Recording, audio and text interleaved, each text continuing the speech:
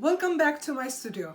I'm Sofi. Today I'm going to demonstrate some non-convertible collars for you. One of the non-convertible collars could be the Peter Pan collar. As you can see on these samples, Peter Pan collars can be with a stand, like 1-inch stand, when it's closer to the neckline, a little bit flatter Peter Pan collar, and then a flat collar. On this draft, as you can see, there are different type of collars. For instance, this small tiny one is that one with 1-inch stand. The middle one, which is a little bit bigger, is going to be the second one, and then the one that is completely flat is this outside one, which is bigger. That happens because when we draft those collars, some overlaps are happening. I'm going to show you your overlaps so you can develop whichever one you want to. Once you learn one of them, you can do any one of these. I'm going to draft a straight line on my paper. This is going to represent my center front for my collar. And then I bring my front block in and place the center front of my block with this center front line of my collar. And then I'm going to copy my neckline and my shoulder with dot lines. So let's remove the front foundation and bring the back in. I'm going to place my neckline, shoulder neckline with the shoulder neckline, like this. Before I copy my back neckline, I have to decide how much overlap am I going to have at the shoulder tip, which is going to decide how much stand my collar is going to have. For instance, if I need to come up with this collar, which has a 1-inch stand, then I need to overlap my shoulder tip for 4 inches. A lot of overlap. You see, I'm subtracting the measurement for my collar. If I overlap 4 inches, I will come up with 1-inch stand. If I overlap, you see, if I overlap 2 inches in here, 2 inches, I am going to come up with 1/2-inch stand. If I overlap my shoulder for 1/2 inch, this much, then I'm going to come up with this flat Peter Pan collar. Right now, I'm going to demonstrate the Peter Pan collar with 2-inch overlap or with 1/2-inch stand. Those are the same things. So from the shoulder, if I measure 2 inches and mark, again, the shoulder neckline should be kept straight in the place while my back shoulder tip is overlapping for 2 inches. Now I'm going to copy my back neck, and the center back is drafted straight. So right now, if I were kind of showing you what happened here, I subtracted this much from the complete measurement, which means I pushed the collar closer to the neck. Therefore, this is going to create 1/2-inch stand for my collar. After I do this, as you can see, my neckline is a little bit broken. I'm going to fix that also. Now, at the center back, you need to drop down for 1/8 of an inch, so your collar back will kick up a little bit and fold gracefully. At that 1/8 of an inch here, 1/8 of an inch drop here, I'm going to construct a straight line by holding my ruler line straight, matching with my center back, and I'm going to draft about 1-inch line, meaning my corner here is 90 degree. Once I do it, you see I want to come up to the shoulder, blend it, and go down. At the center front, I am going to drop my my center front for 1/4 of an inch. So at the center, I'm going to drop it for 1/4. And here also, I'm going to make my center front neck 90 degree. So meanwhile, I add it to the center back. I drop down from the center front, and both corners are 90 degree. So going back to the center back again, one more time, I'm going to come here to the shoulder, fix it, and drop down to come and connect to the 1/4 inch drop. This line, my neckline, the collar neckline, has to be smooth, nice line. Now, after making my freehand smooth line that leads me to draft my line correctly, I'm bringing my French curve in where, in order for me to draft the back neckline, I'm going to hold my French curve in this position. The tail is towards the straight line, and I'm going to smooth out my back neckline and bring down a little bit like this, and holding my French curve for the front in this position, I am going to catch my back neckline and then drafting it to my center front and create my front neckline like that.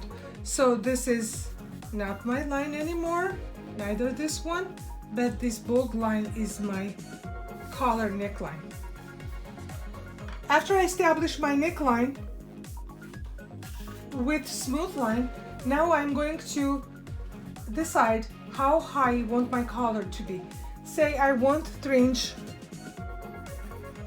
line collar, 3-inch high collar. I am going to measure from my new neckline 3 inches and mark 3 inches away from my neckline, meaning I'm establishing a parallel 3-inch line from my finalized neckline.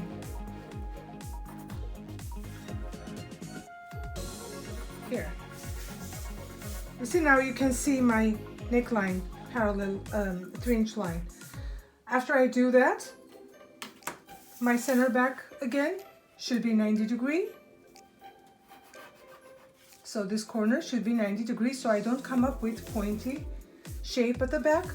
Then I bring my French curve in, and by moving it in small increments, I am constructing a smooth line for outside edge of my collar as well. You most probably would need to, let's say, switch your ruler also back and forth until you connect all these dot lines to each other until you reach to the center front. So the collar is ready. We just need to design the curvy tip of it by placing the French curve into this corner and drafting the desired curve. There's no specific way of drafting this curve. It can be a personalized curve by moving a little bit closer or away from this corner. You can come up with that curve. Let's say I came up with this curve and I like it. Now what I have to do is I'm going to fold my paper at the center back because I want to come up with both sides of my collar. Here I am going to add my seam allowances, but before that I need to secure my paper so it doesn't move. And I am going to add 1/4 inch seam allowance all around.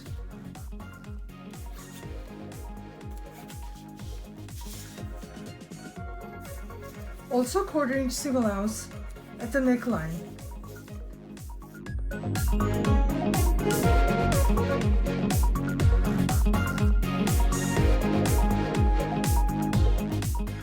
Bring the French curve in and smooth out broken lines, making sure the center back is 90 degrees again, and let's make that outside edge smooth.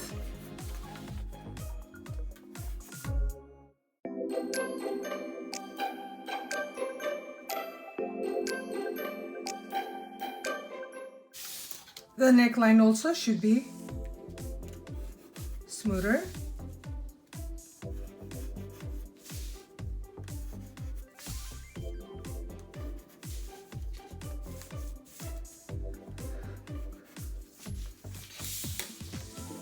Now, before I cut, I need to construct my undercollar also.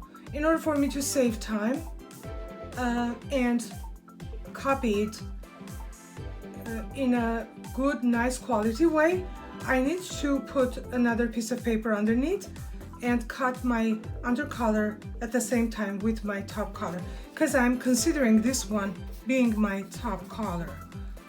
I need an undercollar, therefore I am going to bring in another piece of paper. For the undercollar, here I'm going to draft a center back line, fold my paper, and place it under my center back like this. So my undercollar paper is underneath and my top collar paper right on top, and I'm going to staple both of them.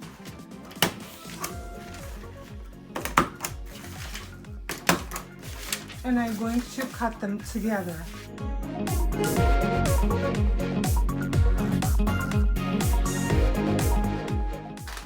This would be a meaningful shortcut where I don't have to trace the top collar separately and cut them separately. Instead, I'm tracing and cutting them together at the same time, where I come up with a perfect trace copy of my undercollar. Okay, let's separate the collars from each other. So, I came up with two pieces that are perfectly matching with each other. As I mentioned, this would be my top collar and this will be my undercollar.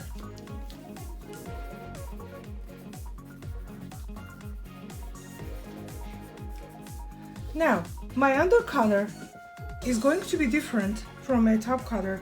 I'm going to reduce 1/8 of an inch from the outside edge of it. I'm not touching the collar neckline, but I'm going to reduce 1/8 of an inch from the outside edge of my collar here, and I'm going to measure 1/8 of an inch. And to start with, let's staple this collar on its own so it doesn't shift, so I can cut it correctly. Okay, so first you can do your 1/8 of an inch line by hand, so when you put your ruler on top of it, you still can see what you're doing.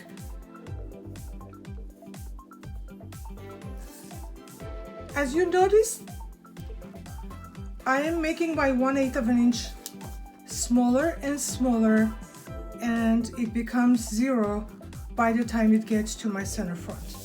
So gradually, for 1/8, you go lesser and lesser until you become 0 right there. After I mark my line, I'm going to bring in my French curve and again make it a smooth continuous line at the edge.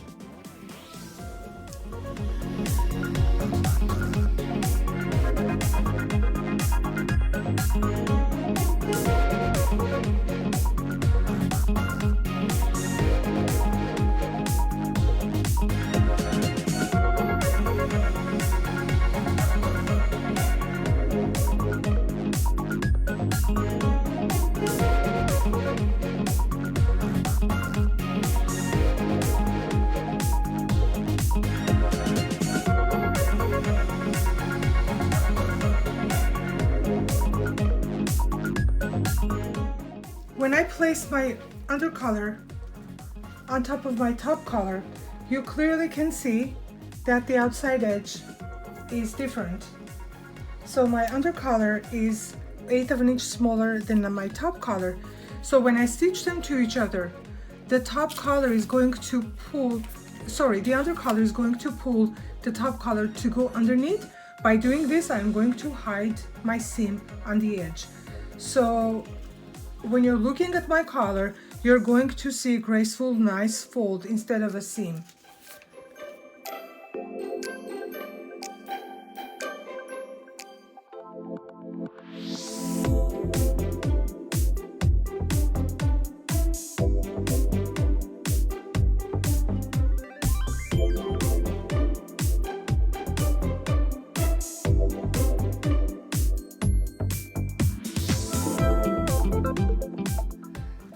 So I pinned my collar on the dress arm so you clearly can see what I came up with.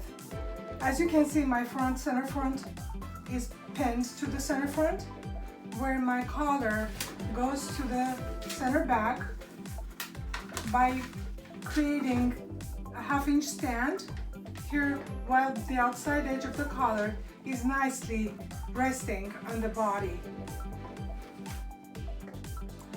I'm finalizing my patterns. Here I'm going to put my grain line at the center back on my top collar and on the same direction on my under collar. Can you see how my center backs are straight? And the edge is straight too, because I placed my corners here on 90-degree lines, as you remember. One thing that I should be doing here when I notch, my shoulder points at the neckline should be notched. Therefore, I'm going to place my patterns back on top of each other, and I'm going to cut the notch for the shoulders on all 4 layers. Here the shoulder point is notched because when I'm sewing this collar, that point has to be stitched to my shoulder seam.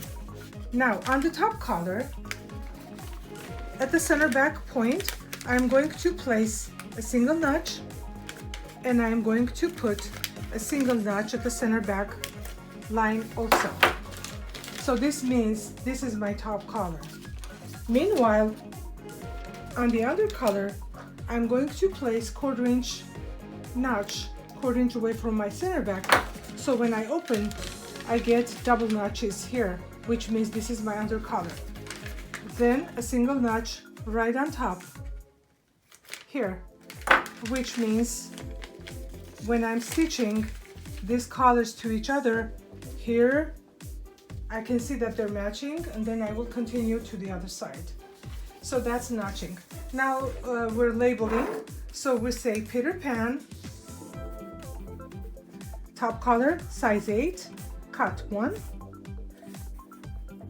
This is going to be fused.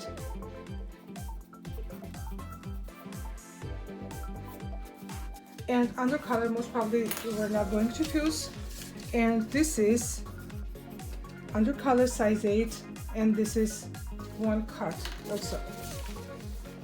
So pretty much this concludes my collar for Peter Pan style.